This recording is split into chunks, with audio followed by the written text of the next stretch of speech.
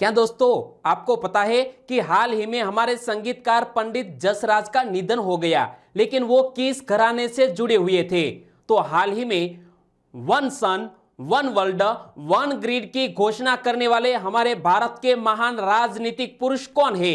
एक ऐसा भारत का संस्थान जिन्होंने पिछले 5 साल में 500 पेटेंट करवाए हैं। तो यह संस्थान कौन सा है?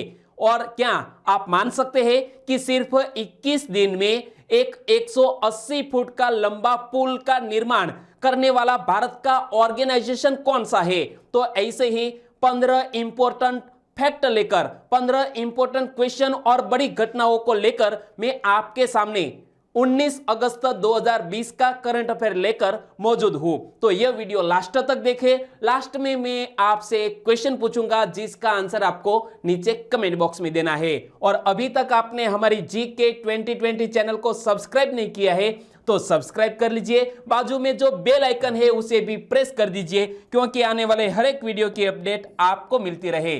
चलिए स्टार्ट करते हैं पहले क्वेश्चन से। हाल ही में हिंदुस्तानी शास्त्रीय संगीत के प्रख्यात गायक पंडित जसराज का निधन हो गया। वे किस घराने से थे? आपको भी पता है, चाहे क्लास 1-2 यूपीएससी या स्टेट पब्लिक सर्विस कमीशन की एग्जामिनेशन की तैयारी कर रहे हैं तो यह संगीत के घराने से जुड़े हुए बहुत से क्वेश्चन पूछ लिए जा सकते हैं। तो करंट अफेयर को लेकर यह क्वेश्चन की बात करें तो हमारे प्रख्यात शास्त्रीय गायक पंडित जसराज वो मेवाती घराने से जुड़े हुए थे, यानी कि इस क्वेश्चन का सही आंसर है मेवाती। ओके दोस्तों, तो सुर सम्राट पंडित जसराज का अमेरिका के न्यू जर्सी शहर में अपने घर में देहांत हो गया। वे 90 वर्ष के थे, जो यहां आप देख सकते हैं भारत के सुर सम्राट थे और वे मेवाती घराने से थे। पंडित जसराज ने ऑस्कर जीतने वाली फिल्म लाइफ ऑफ पाई में भी अपनी आवाज दी थी। तो हमारे इस महान संगीतकार को भारत सरकार ने किन किन सम्मान से सम्मानित किया है वो भी मैं आपको बता दूं। तो भारत सरकार ने उन्हें 1975 में पद्मश्री, 1990 में पद्म भूषण और वर्ष 2000 में पद्म विभूषण से सम्मानित किया था पंडित जसराज को। और 1987 में उन्हें संगीत नाटक अकादमी पुरस्कार भी दिया गया था, जिसका हाल ही में 90 साल की आयु में निधन हो गया है। तो दोस्तों इसी तरह हर क्वेश्चन से जुड़े इंपॉर्टेंट फैक्ट मैं आपके सामने रखूंगा। हमारा यह तरीका आपको अच्छा लगता है, लाइक करना मत भूलिएगा। दूसरा क्वेश्चन, सशस्त्र बलों के जवानों के लिए शौर्य केजीसी कार्ड किसने लॉन्च किया है? तो पहले तो केजीसी कार्ड का पूरा नाम पढ़ लीजिए। इसका नाम है शौर्य किसान गोल्ड कार्ड, जिसको हाल ही में लॉन्च किया है एचडीएफसी बैंक ने, यानी कि इस क्वेश्चन का सही आंसर है एचडीएफसी बैंक। और यहां पर भी आप पढ़ सकते हैं कि शौर्य किसान गोल्ड कार्ड जिसको लॉन्च किया है एचडीएफसी बैंक ने। तो शौर्य केजीसी कार्ड सैन्य और अर्ध सैनिक कर्मियों के लिए कृषि ऋण की पेशकश करेगा और यह 45 लाख से अधिक भारतीय सशस्त्र बलों के कर्मियों के लिए लॉन्च किया गया अपनी तरह का यह एचडीएफसी बैंक का पहला कार्ड है। और बात करते हैं एचडीएफसी बैंक की, तो एचडीएफसी बैंक जिसके वर्तमान प्रबंध निदेशक यानी कि मैनेजिंग डायरेक्टर कौन है? आदित्य पुरी। और एचडीएफसी बैंक का मुख्यालय महाराष्ट्र के मुंबई में स्थित है और मुंबई को भारत की आर्थिक कैपिटल भी कहा जाता है। एचडीएफसी बैंक की स्थापना कब हुई? अगस्त 1994 को। और एचडीएफसी बैंक के संस्थापक कौन थे? बीबू वर्गीज। और एचडीएफसी बैंक की टैगलाइन है वी अंडरस्टैंड योर वर्ल्ड। और यहां पर पढ़ सकते हैं एचडीएफसी बैंक की tagline we understand your world. Okay दोस्तों, तीसरा क्वेश्चन, निम्न में से कौन सा महीना मलयालम कैलेंडर का पहला महीना है? तो हमारे प्रधानमंत्री जी ने मलयालम कैलेंडर की हाल ही में शुरुआत हुई, तो मलयालम वासियों को हार्दिक शुभकामनाएं दी हमारे प्रधानमंत्री जी ने। तो मलयालम कैलेंडर का पहला महीना है चिंगम, यानी कि इस क्वेश्चन का सही आंसर है दोस्तों चिंगम। मंथ का नाम याद रखिएगा। और हाल ही में हमारे प्रधानमंत्री जी ने जब शुभकामनाएं दी है तो यहां पर बढ़िए कि शुरू हुआ चिंगम महीना, पीएम मोदी जी ने दी बधाई। तो देखो, प्रधानमंत्री नरेंद्र मोदी जी ने 17 अगस्त को मलयालम कैलेंडर के चिंगम के महीने की शुरुआत पर लोगों को बधाई दी है। और मलयालम कैलेंडर या इसे मलयालम भाषा में कोल्ला वर्षम भी कहा जाता है। तो कोल्ला वर्षम कब से अस्तित्व में आया? याद रखो दोस्तों, ईस्वी सन 825 में यह मलयालम कैलेंडर अस्तित्व में आया। तो हाल ही में 2020 में यह कौन सा वर्ष चल रहा है मलयालम का? तो मलयालम कैलेंडर के 1196 कोल्ला वर्षम या मलयालम वर्ष की शुरुआत हाल ही में 17 अगस्त 2020 को हुई। तो हाल ही में यह वर्ष स्टार्ट हुआ है। और मलयालम कैलेंडर का प्रथम महीने का नाम है चिंगम, जबकि अंतिम महीने का नाम है कर्किटकम। क्या नाम है? कर्किटकम, जो मलयालम कैलेंडर का अंतिम महीना है। चौथा क्वेश्चन, निम्न में से किस संस्थान के विद्यार्थियों ने पिछले 5 वर्षों में 500 से अधिक पेटेंट दर्ज कराए हैं? तो विश्व के टॉप 500 जो इंस्टीट्यूट है, इसमें भी यह इंस्टीट्यूट शामिल है भारत देश का। और पिछले 5 साल में 500 पेटेंट करवाए हैं आईआईटी दिल्ली ने। यानी कि इस क्वेश्चन का सही आंसर है आईआईटी दिल्ली। तो देखो, भारतीयों द्वारा दुनिया भर में बनाए गए $1 अरब से अधिक लागत के 30 स्टार्टअप्स में से 15 आईआईटी दिल्ली के पूर्व विद्यार्थी के रहे हैं। और आईआईटी दिल्ली के पूर्व विद्यार्थियों ने अपने स्टार्टअप्स के जरिए रोजगार के 3 करोड़ से अधिक अवसर पैदा किए हैं और निवेश के रूप में $19 अरब जुटाए हैं। और इसी तरह पिछले 5 साल में 500 पेटेंट दर्ज कराए हैं आईआईटी दिल्ली ने। तो आईआईटी दिल्ली का पूरा नाम क्या होता है? Indian institute of technology Delhi. तो आईआईटी दिल्ली का यहां आप देख सकते हैं परिसर। तो आईआईटी दिल्ली की स्थापना कब हुई? 1961 में। और इस संस्थान के निदेशक कौन है? Professor V Ram Gopal Rao IIT Delhi के वर्तमान यह संस्था के निदेशक है। और ये देखो, 2019 में भी हाईलाइट में रहा था आईआईटी दिल्ली। आईआईटी दिल्ली ने साल 2019 में 150 इंटेलेक्चुअल प्रॉपर्टी को भी पेटेंट कराया था पिछले साल ही। कितने? 150। पांचवा क्वेश्चन, हाल ही में स्वास्थ्य नामक के ई पोर्टल का उद्घाटन किसने किया? स्वास्थ्य नामक एक ई पोर्टल का हाल ही में उद्घाटन किसने किया? तो आपको भी पता है कि हमारे प्रधानमंत्री जी ने 15 अगस्त को दिल्ली के लाल किले की प्राचीर से राष्ट्रीय डिजिटल स्वास्थ्य मिशन की घोषणा की थी। तो इसी के तर्ज पर हाल ही में स्वास्थ्य नामक ई पोर्टल का उद्घाटन अर्जुन मुंडा ने किया है। यानी कि इस क्वेश्चन का सही आंसर है अर्जुन मुंडा। लेकिन अर्जुन मुंडा, जब भी आपके कानों में यह नाम सुनाई दे तो आपको याद रखना चाहिए कि अर्जुन मुंडा हमारे किस मंत्रालय के मंत्री है? तो केंद्रीय जनजातीय कार्य मंत्री है अर्जुन मुंडा। और स्वास्थ्य नामक ई पोर्टल में भारत की जनजातीय आबादी के स्वास्थ्य और पोषण से संबंधित तमाम सूचनाएं एक ही स्थान पर उपलब्ध कराई जाएगी इस पोर्टल के जरिए, जिसका शुभारंभ किया है अर्जुन मुंडा ने। छठा क्वेश्चन, हाल ही में कोविड रोगी प्रबंधन प्रणाली की शुरुआत किसने की? कोविड रोगी प्रबंधन प्रणाली की शुरुआत हाल ही में पश्चिम बंगाल सरकार ने की है। यानी कि इस क्वेश्चन का सही आंसर है पश्चिम बंगाल सरकार। और पश्चिम बंगाल सरकार की बात आए तो पश्चिम बंगाल की वर्तमान मुख्यमंत्री कौन है? ममता बनर्जी, जिन्होंने हाल ही में यह बात कही है। तो मुख्यमंत्री ममता बनर्जी ने कोलकाता के 3 कोविड अस्पतालों में कोविड रोगी प्रबंधन प्रणाली का उद्घाटन किया। इस प्रणाली से सरकारी मरीजों के परिजन राज्य के स्वास्थ्य विभाग की वेबसाइट पर क्लिक करते ही रोगी की स्थिति को जान सकेंगे। यानी कि कोई भी मरीज है वो पश्चिम बंगाल की यह ऑफिशियल साइट है, उन पर जाकर अपने परिजन की वर्तमान स्थिति क्या है इसके बारे में पता चल जाएगा। और जिसको लॉन्च किया है हाल ही में ममता बनर्जी, यानी कि पश्चिम बंगाल की मुख्यमंत्री। और जब भी पश्चिम बंगाल का नाम सुनाई पड़े तो आपके दिमाग में तुरंत क्लिक कर जाना चाहिए कि पश्चिम बंगाल की कैपिटल का नाम है कोलकाता। और पश्चिम बंगाल के वर्तमान राज्यपाल कौन है? जगदीप धनखड़। तो जिस तरह मुझे याद है इसी तरह आपको भी याद रखना चाहिए। 7वां question, formula 1 Spanish Grand Prix 2020 किसने जीता? तो इस तरह की कार रेस जिसका नाम है स्पेनिश ग्रांड प्रिक्स 2020, जिसको हाल ही में जीत लिया है लुइस हैमिल्टन ने। यानी कि इस क्वेश्चन का सही आंसर है लुइस हैमिल्टन। और यहां आप देख सकते हैं मास्क मुंह पर लगाए हुए लुइस हैमिल्टन को। तो उन्होंने हाल ही में यह स्पेनिश ग्रांड प्रिक्स 2020 जीत लिया है। तो वहां पर दूसरे और तीसरे स्थान पर कौन रहे? तो देखो, लुइस हैमिल्टन जो ग्रेट ब्रिटेन के मर्सिडीज से जुड़े हुए हैं और उन्होंने स्पेन में आयोजित फॉर्मूला 1 स्पेनिश ग्रांड प्रिक्स 2020 जीता है और यह सीजन की उनकी चौथी जीत है दोस्तों, और उनके करियर की 88वीं जीत थी। और मैक्स वेरस्टेपेन वो रेड बुल नीदरलैंड के हैं, वो दूसरे स्थान पर रहे, जबकि वाल्टेरी बोटास जो मर्सिडीज के हैं वो फिनलैंड के देश के हैं, वो तीसरे स्थान पर रहे हैं। यानी कि लुइस हैमिल्टन का नाम आपको याद रखना है।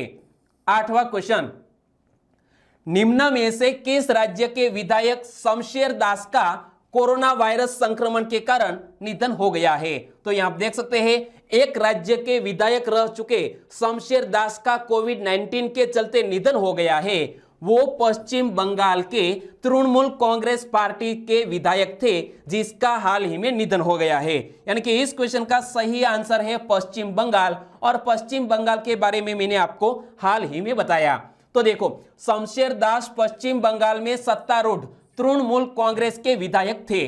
वे 76 वर्ष के थे और वे पूर्वी मिदनापुर जिले के एग्रा निर्वाचन क्षेत्र से राज्य विधानसभा के लिए 3 बार चुने गए थे और उन्होंने राज्य में सहकारी समितियों के कामकाज में महत्वपूर्ण भूमिका निभाई थी, लेकिन हाल ही में कोविड-19 के कारण निधन हो गया है।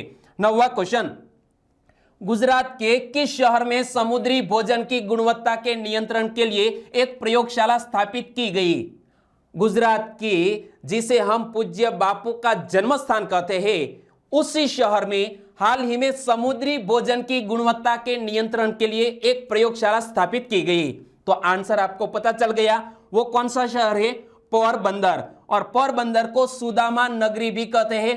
तो देखिए दोस्तों, गुजरात में पोरबंदर में समुद्री उत्पाद निर्यात विकास प्राधिकरण द्वारा स्थापित यह प्रयोगशाला अंतरराष्ट्रीय मानदंडों के अनुरूप समुद्री भोजन तैयार करने और उसका निर्यात करने में बहुत उपयोगी साबित होगी। और इसी तरह का हाल ही में पोरबंदर में जब स्थापना की गई है, तो पोरबंदर के बारे में हम जान लेते हैं, क्योंकि पोरबंदर को ऐतिहासिक नगरी भी कहा जाता है। क्यों? क्योंकि यह महात्मा गांधी जी और श्री कृष्ण के मित्र ऐसे सुदामा का जन्म स्थान है पोरबंदर। और पोरबंदर में पूज्य बापू जी का जो जन्म स्थान है, इसे कीर्ति मंदिर कहते हैं। तो कीर्ति मंदिर पोरबंदर का प्रमुख आकर्षण केंद्र है। और इस पोरबंदर को सुदामा नगरी क्यों कहते हैं? क्योंकि सुदामा का भी जन्म पोरबंदर में हुआ था और इसीलिए इस नगर को सुदामापुरी भी कहा जाता है। और पोरबंदर रेलवे स्टेशन एक टर्मिनस है और पोरबंदर पक्षी अभ्यारण्य पोरबंदर के बीचों बीच स्थित है। तो यह बात भी आप याद रख लीजिए। और अब बात करते हैं 10वें क्वेश्चन की। उत्तराखंड के पिथौरागढ़ जिले के जौलजीबी में 180 फुट के अस्थायी पुल का निर्माण किसने किया? यहां आप देख सकते हैं हाल ही में उत्तराखंड, पिथौरागढ़ जिला और इसका जौलजीबी, और यहां पर 180 फुट के अस्थायी पुल का निर्माण हमारे बॉर्डर रोड ऑर्गेनाइजेशन ने किया है सिर्फ 21 दिन में। यानी कि 3 सप्ताह में इस पुल का निर्माण किया गया और रिकॉर्ड तौर पर इसकी कामगिरी की गई है। तो देखो, लगातार भूस्खलन और मूसलाधार बारिश के बावजूद पुल का निर्माण 3 सप्ताह से भी कम समय में पूरा कर लिया गया। और यह पुल उस स्थान पर बनाया गया है जहां 50 मीटर लंबा कंक्रीट पुल था, जो 27 जुलाई को बादल फटने और तेज प्रवाह के कारण बह गया था। और यहां पर हाल ही में एक नए पुल का निर्माण किया गया है, जिसकी लंबाई तकरीबन 180 फुट है और इसका निर्माण किया है BRO ने। तो BRO का पूरा नाम क्या होता है? Border road organisation. BRO की स्थापना 7 मई 1960 को हुई और BRO के वर्तमान अध्यक्ष कौन है? लेफ्टिनेंट जनरल हरपाल सिंह, जो यहां आप इमेज में देख सकते हैं। और BRO का हेडक्वार्टर नई दिल्ली में स्थित है और सीमा सड़क संगठन भारत के सीमावर्ती क्षेत्रों में सड़क मार्ग के निर्माण एवं व्यवस्थापन पर कार्य करता है। और BRO किस मंत्रालय के अधीन कार्य करता है? तो हमारे रक्षा मंत्रालय के अधीन BRO कार्य करता है। 11वां क्वेश्चन, रेल विभाग ने कितने गैर वातानुकूलित ट्रेन के डिब्बों को कोविड केयर केंद्र के आइसोलेशन कोच के रूप में परिवर्तित किया है? तो हमारे भारत देश में लगातार कोविड-19 मरीजों की जो संख्या है वो बढ़ती जा रही है और इसलिए हमारे भारत देश में ऐसे मरीजों की सहायता के लिए जो रेल के डिब्बों है वहां पर कोविड केयर केंद्र के लिए आइसोलेशन कोच के रूप में इस तरह के रेल कोच को निर्मित किया गया। और हाल ही में तकरीबन ऐसे 5321 ऐसे जो रेल के डिब्बे हैं जिसको आइसोलेशन कोच में परिवर्तित कर दिया गया है। कितने? 5321। तो देखो, रेल विभाग ने कोविड-19 महामारी से निपटने के लिए बिस्तरों की आवश्यकता को पूरा करने के लिए यह कदम उठाया है और 5231 गैर वातानुकूलित ट्रेन के डिब्बों को कोविड-19 के मामूली और हल्के संक्रमण वाले मरीजों के लिए रखा गया है।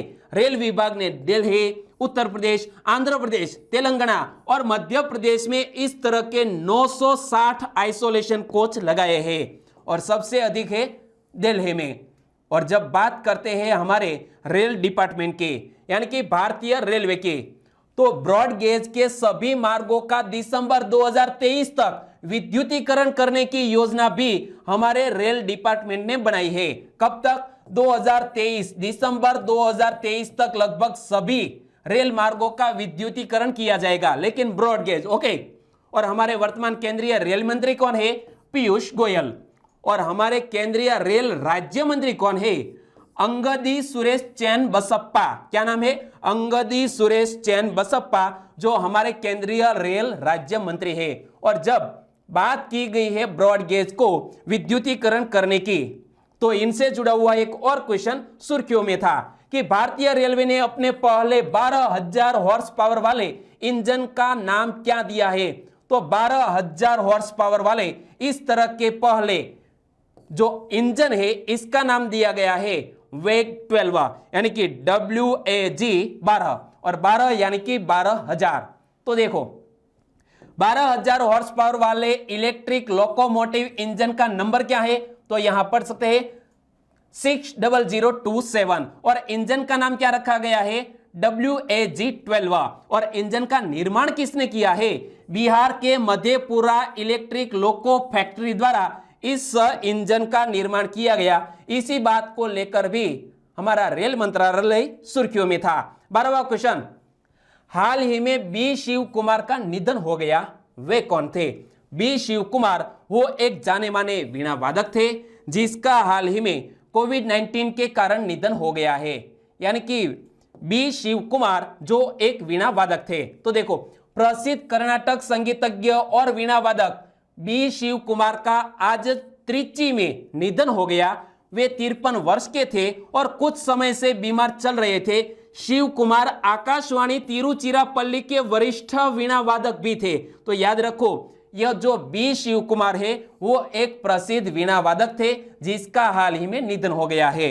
13वां क्वेश्चन, गो एयर के CEO कौन बने? गो एयर जो एक एयरलाइन कंपनी है, इसके चीफ एग्जीक्यूटिव ऑफिसर हाल ही में कौशिक खोना बने। यानी कि इस क्वेश्चन का सही आंसर है कौशिक खोना, जो यहां आप इमेज में देख सकते हैं। तो इनसे जुड़ा हुआ एक और क्वेश्चन कि कौशिक खोना किसका स्थान लेंगे?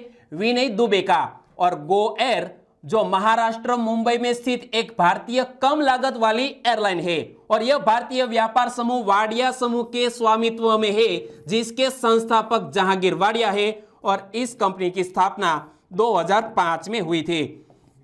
और अब बात करते हैं 14वें क्वेश्चन की। आयुष फॉर इम्यूनिटी अभियान किसने शुरू किया है? आयुष फॉर इम्यूनिटी अभियान हाल ही में हमारे आयुष मंत्रालय ने शुरू किया है। यानी कि इस क्वेश्चन का सही आंसर है आयुष मंत्रालय और उन्होंने यह अभियान आयुष फॉर इम्यूनिटी शुरू किया है। तो आयुष फॉर इम्यूनिटी अभियान को एक वेबिनार के दौरान शुरू किया गया था, जिसमें 50,000 से अधिक लोगों ने हिस्सा लिया था। और इस आयुष फॉर इम्यूनिटी का उद्देश्य क्या है? लोगों की प्रतिरक्षा क्षमता बढ़ाने और रोगों को रोकने के लिए विभिन्न आयुष आधारित समाधानों की शक्ति से जुड़ी महत्वपूर्ण जानकारी के बारे में लोगों को जागरूक करना इस आयुष फॉर इम्यूनिटी का उद्देश्य है, जिसको लॉन्च किया है मिनिस्ट्री ऑफ आयुष ने। लेकिन आयुष का पूरा नाम क्या होता है वो हम यहां पढ़ते हैं। ए बोले तो आयुर्वेदा, वाई बोले तो योगा एंड नेचुरोपैथी, यू बोले तो यूनानी, एस बोले तो सिद्धा और एच बोले तो हेमियोपैथी। तो देखो, आयुर्वेद, योग और प्राकृतिक चिकित्सा, यूनानी, सिद्ध और होम्योपैथी राज्य मंत्री कौन है? स्वतंत्र प्रभार है हिस्सा, और वो है श्रीपद यशो नाइक, जो हमारे आयुष मंत्रालय के स्वतंत्र प्रभार राज्य मंत्री है। 15वां question, one sun one world one grid योजना की घोषणा किसने की है? One world one sun one grid, इस योजना की घोषणा हाल ही में हमारे देश के प्रधानमंत्री नरेंद्र मोदी जी ने की है। यानी कि इस क्वेश्चन का सही आंसर है हमारे 14वें प्रधानमंत्री ऐसे नरेंद्र भाई मोदी। तो one sun one world one grid योजना के तहत दुनिया भर में सौर ऊर्जा की आपूर्ति के लिए एक ट्रांसनेशनल इलेक्ट्रिसिटी ग्रिड होगा। One sun one world one grid 140 देशों को एक कॉमन ग्रिड के माध्यम से जोड़ेगा, जो सौर ऊर्जा को स्थानांतरित करने के लिए उपयोग किया जाएगा। और इस बात की घोषणा की है हमारे प्रधानमंत्री जी ने। और अब बात करते हैं लास्ट वीडियो के क्वेश्चन की। तो लास्ट वीडियो में मैंने आपसे क्वेश्चन पूछा था कि ब्रिटेन में पहली राजनीतिक हत्या करने वाले पहले भारतीय कौन थे? ऐसा पहली बार हुआ कि किसी अंग्रेज अफसर की विदेश की धरती पर हत्या कर दी गई हो, और वो हमारे क्रांतिकारी का नाम है मदन लाल ढींगरा। और उन्होंने ब्रिटेन में पहली राजनीतिक हत्या किसकी की थी? तो इस क्वेश्चन का सभी दोस्तों ने सही आंसर दिया है। सही आंसर देने वाले हमारे फ्रेंड है शिवानी रानी कश्यप, जो दिल्ली से है, और बहुत ही डिटेल में आंसर बताया। साथ साथ मेर चेतन, उन्होंने भी इस क्वेश्चन का सही आंसर दिया। तो चुनीलाल कलारा, वो दाहोद से, रशिक आहिर, उन्होंने भी सही आंसर दिया। काजी यूनुस फ्रॉम राजकोट पड़धरी से, और रणजीत वाघेला, उन्होंने भी मदन लाल ढींगरा सही आंसर लिखा। चुडासमा मोहन फ्रॉम जूनागढ़ से है। आपका भी हमारे चैनल में स्वागत है, बहुत बार आंसर लिखते हैं और बढ़िया आंसर लिखते हैं। हमारे और भी सब्सक्राइबर फ्रेंड है, वो है बामबनिया लाल जी, रसिक परमार, कन्हैया लाल, हेमराज माली फ्रॉम राजस्थान, उमेश गोंडलिया, प्रिया पटेल, शैलेश कुमार तबियाड़, डोडियार नितिन, राठौड़ अंजलि, अक्षय गामित और अक्षय भरवाड़, इन सभी दोस्तों को सही आंसर देने के लिए बहुत बहुत धन्यवाद। और आज के वीडियो का क्वेश्चन ए रहा स्क्रीन पर। 15 अगस्त को राष्ट्रीय शोक दिवस किसने मनाया? यहां 4 देश के नाम आपकी स्क्रीन पर है। और जब हमारे भारत देश ने स्वतंत्रता दिवस मनाया तो राष्ट्रीय शोक दिवस किसने मनाया? आंसर देना है नीचे कमेंट बॉक्स में। तो दोस्तों आंसर देना मत भूलिएगा। और आज का वीडियो कैसा लगा? अच्छा लगा, हेल्पफुल लगा तो एक लाइक तो बनता ही है। और साथ साथ आपके दोस्तों को फेसबुक, व्हाट्सएप और टेलीग्राम के जरिए इस वीडियो की लिंक शेयर करना मत भूलिएगा। फिर मिलेंगे नए करंट अफेयर वीडियो के साथ। तब तक के लिए टेक केयर एंड जय हिंद।